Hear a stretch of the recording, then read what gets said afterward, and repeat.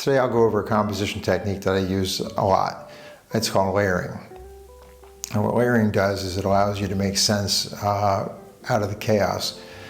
As opposed to just one big jumbled mass, you're trying to see a foreground, a middle ground, and a background. And if you can get these, again, it's harder. Again, it's an acquired skill. It doesn't pop immediately.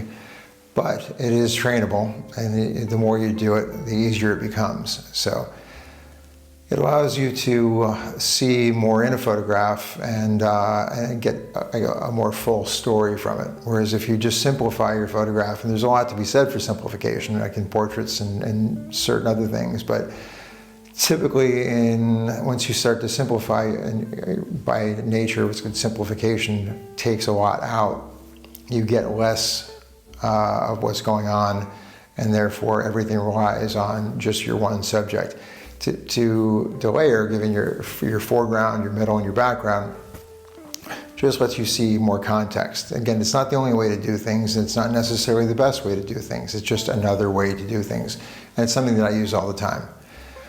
I'll show you some examples online. I'll go to my Instagram feed, and actually I was thinking as I was going through some of my past workshop attendees' work, again, what a beautiful job they did of that subject. So with no further ado, we'll go and check out the computer. Okay, let's go into some work here. We're on my Instagram feed. I'm going to go into the work of a few students from a past street photography workshop to show, again, just how well this works, and again, what other people have done, so not just me. So here we will show, okay, this is student Yoann, who's from Paris. So this is an instance where your subject is in the foreground, but you still have your background was paid attention to. So it's not just a matter of, okay, just one isolated subject and there's no context. So this is layering with your subject in the foreground. Beautiful. The shadow reflection, but okay, here's another with, again, more complicated than the last. So you got your three layers. You got your, in this case, some blurred foreground, some middle ground looking there, and your background. So you've got context. You see what's going on. Again, your subject in the foreground, background's looking good. Subject right here, background. Looking good. Love this. Again, your foreground elements, middle ground, background. You can see it's raining, just a lot going on. Love this one. Again, it's pretty much self-explanatory. Here, I love how he framed this little girl in the stroller. And you don't see as much in the background, but you definitely have context there. I move on. Here's Nick here. Again, he seems to, again, go to the subject, and a lot of people do. Again, subject in the foreground, a lot of context. So the background is well taken care of. So that is one. Now let's go to, we'll go to Taunia. So you saw before, the same subject, but just treated differently. So here, we've got, again, the subject's in the foreground, but you have a lot of context, and she did a great job of managing the background. So you can see, again, the same thing that Yoann did before, but from a different angle. And you get, I don't know, it's almost like two different stories, yet they're the same thing, and both done well. Here, great. Foreground, middle, back. Everything managed well. A lot of little story vignettes going on across the frame. Okay, cool with the reflections and whatnot. Again, same. Your subject in the foreground, well-managed background. All of that.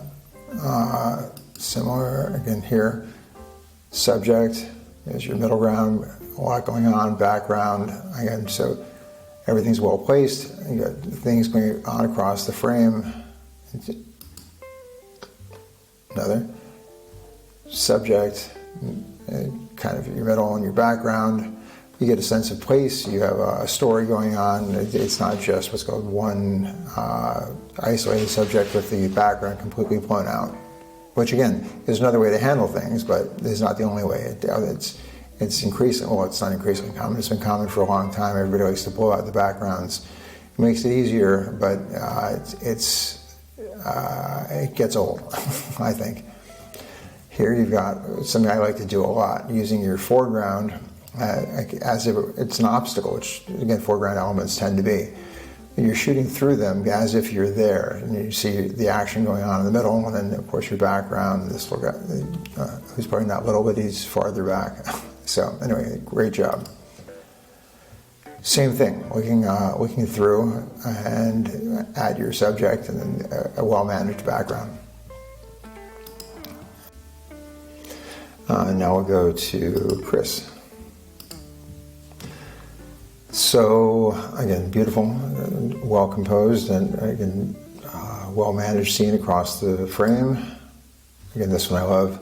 And I love how this brings your eyes from your foreground through here, across to this kid making the face and his mom, back down to this lighter area, and then you brought it back up. So you're just doing this constant circle through here. Very well done. Again, very well managed. So your fore, middle, back. Cool with the reflections. Let's go here. Okay, well here, you've got your foreground happens to be me. Nice, again, just a bunch going on in the middle, and then your background. Okay, again, well managed, cool use of reflections kind of to divide the frame, and nice. So again, I'll just use, here's one of mine, just very easy to point out. Here's your foreground subjects, there's your middle ground over here, and then your background over here. So everybody's got their own little space in the frame. Just kind of divides stuff up and makes things intentional. Okay, here's another. Say, foreground blurry, middle is the train, and of course the background is this woman right between the train. I don't have to keep beating this, so you know what I'm talking about. So hopefully that was helpful. I hope I made that clear. If you have any questions, you have any comments, please put them down below. And again, as everybody else says in this thing, if you like what you saw, hit the like, subscribe. This is a new channel, so I'll probably be asking you when it becomes less of a new channel. But for now, it would definitely help out if you hit like and subscribe. Thanks a lot. Until next time.